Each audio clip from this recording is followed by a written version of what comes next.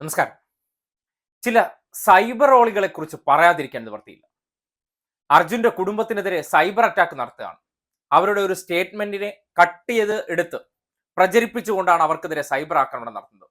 അവർ സൈന്യത്തിനെതിരെ സംസാരിച്ചത്രേ, സൈന്യത്തെ മോശമായി ചിത്രീകരിച്ചത്രേ. അതിന്റെ പേരിൽ ഇപ്പോൾ അർജുന്റെ അമ്മയുടെ സഹോദരി സൈബർ പോലീസിനൊരു കേസ് കൊടുത്തിരിക്കുകയാണ്. കുറെ മുഖമില്ലാത്ത ഓളികൾ നമ്മുടെ നാട്ടിലുണ്ടല്ലോ. കാര്യം നേരിട്ട് അഭിപ്രായം പറയാനായിട്ട് ഒരു ശേഷിയുമില്ല. വല്ലവനും അങ്ങോട്ടേക്ക് വയ്ക്കുന്ന സാധനത്തിന് എടുത്തുകൊണ്ടുവന്ന് ഏതെങ്കിലുമൊക്കെ പ്രൊഫൈലിന്റെ താഴെ കോപ്പി പേസ്റ്റ് ചെയ്യുക. ഇതാണ് ആ വിഭാഗക്കാരുടെ ജോലി.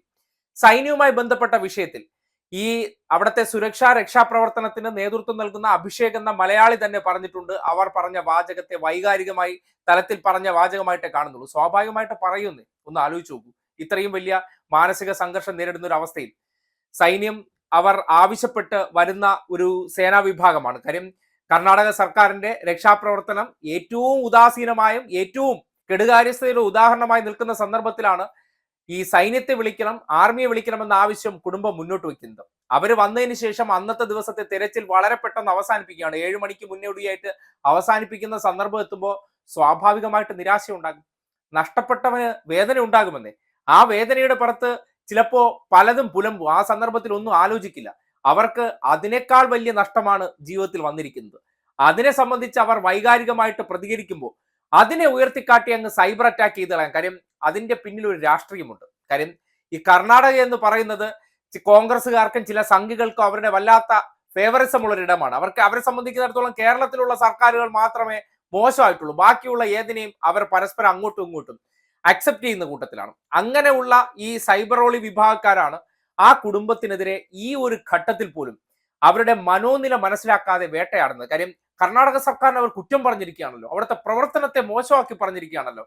അവിടുത്തെ രക്ഷാപ്രവർത്തനം കണ്ടതിന് ശേഷം അതിന്റെ മുന്നിൽ നിന്നവർ, അവിടെ ഫീൽഡിൽ ഉണ്ടായിരുന്ന പലരും കണ്ടതിന് ശേഷം, അല്ലെങ്കിൽ ഈ നാട്ടിൽ നിന്ന് കൊയിലാണ്ടിയിൽ നിന്ന് പോയവരുണ്ട്, പിന്നീട് ബാലുശ്ശേരിയിൽ നിന്ന് അവിടെ രക്ഷാപ്രവർത്തനത്തിന് പോയ ആൾക്കാരെല്ലാം അത് കാണുമ്പോൾ അവർ തന്നെ പറയുകയാണ്, ഇത് എന്താണ് ഒരു ജീവന് വേണ്ടിയുള്ള പ്രവർത്തനമെന്ന് ചോദിച്ചതും ആ ഫീൽഡിൽ നിന്നവരാണ്. അതിന്റെ പേരിൽ അരുൺകുമാർ എന്ന റിപ്പോർട്ടർ ചാനലിലെ മാധ്യമ പ്രവർത്തകന് നേരെയും വലിയ തോതിലുള്ള സൈബർ ആക്രമണം നടക്കുന്നുണ്ട്. പക്ഷേ ഈ സൈബർ ആക്രമണം നടത്തുന്നവർക്ക് ഒരേ ഒരു കാര്യമുള്ളൂ, അവർ ഈ ഏതെങ്കിലും മുറിക്കകത്തിരുന്നുള്ള പ്രവർത്തനം ഒരു കാലത്തെ ജീവിതത്തിൽ ഏതെങ്കിലും ഒരു വ്യക്തിയെ സഹായിക്കാൻ വേണ്ടി ഒരു കാര്യം ചെയ്തിട്ടുണ്ടോ എന്ന് ചോദിച്ചാൽ ഏതെങ്കിലും കാര്യം ചെയ്തിട്ടുണ്ടോ എന്ന് ചോദിച്ചാൽ അത് ഇല്ല എന്ന് നമുക്ക് അപ്പോഴേ പറയാൻ പറ്റും. അവരുടെ ഒരു പ്രധാനപ്പെട്ട രീതി എന്ന് പറഞ്ഞാൽ അവരെ ഉപയോഗിക്കുന്നത് തെറിവിളി ചാവേറുകളായിട്ടാണ്.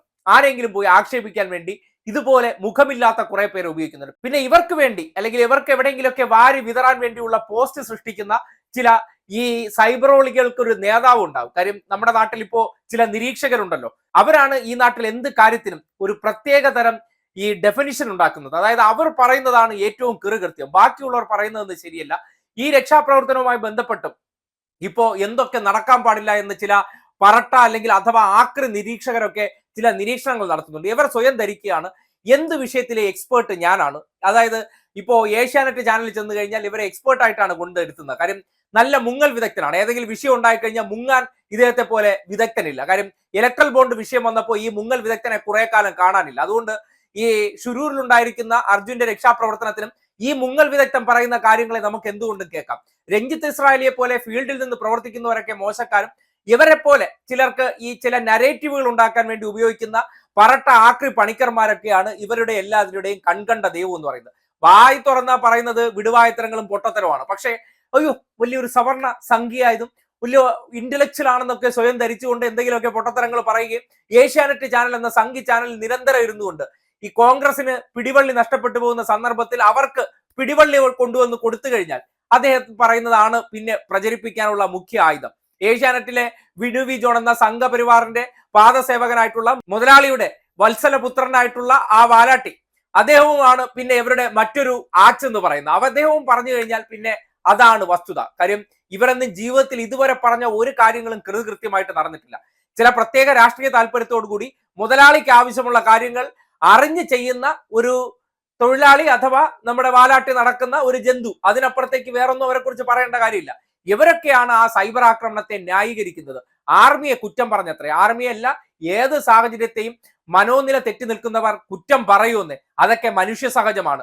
ആ ഫീൽഡിൽ നിന്ന് പ്രവർത്തിക്കുന്ന ആർമിയിലെ അംഗങ്ങൾക്കും അതിന്റെ ഉന്നത ഉദ്യോഗസ്ഥർക്കും എന്തുകൊണ്ട് അമ്മ പറഞ്ഞെന്നും ആ വാക്കുകളെ സംബന്ധിച്ച് അവർ വൈകാരികമായി എടുക്കുന്നില്ലെന്നും വളരെ കൃത്യമായി അവർ പ്രതികരണം നടത്തിയിട്ടുണ്ട്. അതായത് സ്വാഭാവികമായിട്ട് മകനെ നഷ്ടപ്പെട്ടു നിൽക്കുന്ന അമ്മയ്ക്ക് അതൊക്കെ പറയേണ്ടി വരും. ആവലാതി കയറും, ആശങ്കയേറും. ദിവസങ്ങൾ നീണ്ടു പോകുമ്പോൾ ഉണ്ടാകുന്ന വല്ലാത്ത നിരാശ, അതുണ്ടാക്കുന്ന വെപ്രാളത്തിന്റെ പുറത്ത് അവർ പറഞ്ഞെന്നേ. അതിനിപ്പോ എന്താ കുഴപ്പം? ഇനിയും പറയുന്നേ, ഈ നാട്ടിൽ അങ്ങനെ സൈന്യത്തിനെതിരെ സംസാരിച്ചു കഴിഞ്ഞു കഴിഞ്ഞാൽ തല കൊയ്യുമെന്നൊക്കെ പറയുന്നത് സംഘികളുടെ മടിത്തട്ടിൽ അങ്ങ് വെക്കുന്നതാണ് നല്ലത്. കാര്യം എന്തിനേയും ഈ നാട്ടിൽ വിമർശനമുണ്ട്, വിമർശനത്തിന് അതീതരല്ല ഒന്നും. അതുകൊണ്ട് ഈ നഷ്ടപ്പെടുന്നവർക്കുണ്ടാകുന്ന വേദനയുടെ പുറത്ത് പറഞ്ഞ ചില കാര്യങ്ങളെ കട്ട് ചെയ്തെടുത്തിട്ട് രാഷ്ട്രീയ നേട്ടമുണ്ടാക്കാൻ വേണ്ടി പ്രചരിപ്പിക്കുകയാണ്. ഇവർ സൈന്യത്തെ അധിക്ഷേപിച്ചവരാണ്, ഇവർക്ക് മകനെക്കുറിച്ച് വേദനയില്ല എന്നൊക്കെ പറയുന്ന ആ മനുഷ്യത്വ വിരുദ്ധമായിട്ടുള്ള കുറെ മുഖമില്ലാത്ത സൈബറോളികൾ അവർ ഈ നാടിനൊരു വലിയ ഭാരമാണ്. അവരെ കൊണ്ട് സമൂഹത്തിന് ഗുണകരമായിട്ടുള്ള ഒരു കാര്യവും ഉണ്ടാകില്ല. അവർ ചിലർക്ക് വേണ്ടി പിണിയാളായിട്ട് നടക്കുകയാണ്. എന്തിന്? എന്തെങ്കിലും കാര്യങ്ങൾ പറയാൻ ശേഷിയില്ല, വല്ലവനും തുപ്പിക്കൊടുക്കുന്നതിനെ എടുത്തുകൊണ്ട് വന്നിട്ട് ബാക്കിയുള്ളവരുടെ താഴെ കൊണ്ടുവന്ന് പേസ്റ്റ് ചെയ്യുക എന്നുള്ള ചുമതല ഏൽപ്പിച്ചിരിക്കുന്ന ഇത്തരം വിടുവായന്മാരുടെ പ്രധാനപ്പെട്ട പണി നാടിന് ഗുണമുള്ള കാര്യങ്ങൾ ചെയ്യുക എന്നല്ല, മറ്റുള്ളവരുടെ വേദന അതിനെ മാനിക്കാതെ അവർക്ക് എന്തെങ്കിലുമൊക്കെ തിരിച്ചടി ഏൽക്കുന്നു, അല്ലെങ്കിൽ അവർ വിശ്വസിക്കുന്ന സാധനങ്ങൾക്ക്, അത് ഏത് മേഖലയായി, രാഷ്ട്രീയമായിക്കോട്ടെ മറ്റേതെങ്കിലും മേഖല ആയിക്കോട്ടെ, മുഖമില്ലാതെ പാത്തും പതുങ്ങിയിരുന്ന് അവരെ ഇങ്ങനെ ആക്രമിക്കാൻ വേണ്ടി മറ്റു ചിലർ ഇട്ടുകൊടുക്കുന്ന കണ്ടന്റും എടുത്തുകൊണ്ട് നടക്കുന്ന ഇത്തരം ഓളികൾ, അവരെ നമ്മൾ ഇഗ്നോർ ചെയ്യേണ്ട സമയമാണ്. അത് കാര്യം അവർ പറയുന്നത് ഈ കഥയില്ലാതെ ആട്ടം കാണുന്നവരെ പോലെയാണ്. കാര്യം ചിലർക്ക് വേണ്ടി അവർ ഇങ്ങനെ കുഴലൂത്ത് നടത്താൻ പാകപ്പെട്ട് നടക്കുന്നത് കൊണ്ട് തന്നെ അവർ പറയുന്ന വാചകങ്ങൾക്ക് ആരും വലിയ ചെവി കൊടുക്കേണ്ട കാര്യമില്ല. ഇപ്പൊ കർണാടക സർക്കാരിനെ ഇങ്ങനെയൊക്കെ വെള്ളപൂശാമെന്നൊക്കെ കരുതുന്നുണ്ടെങ്കിൽ അതൊന്നും നടക്കണ കേസല്ല.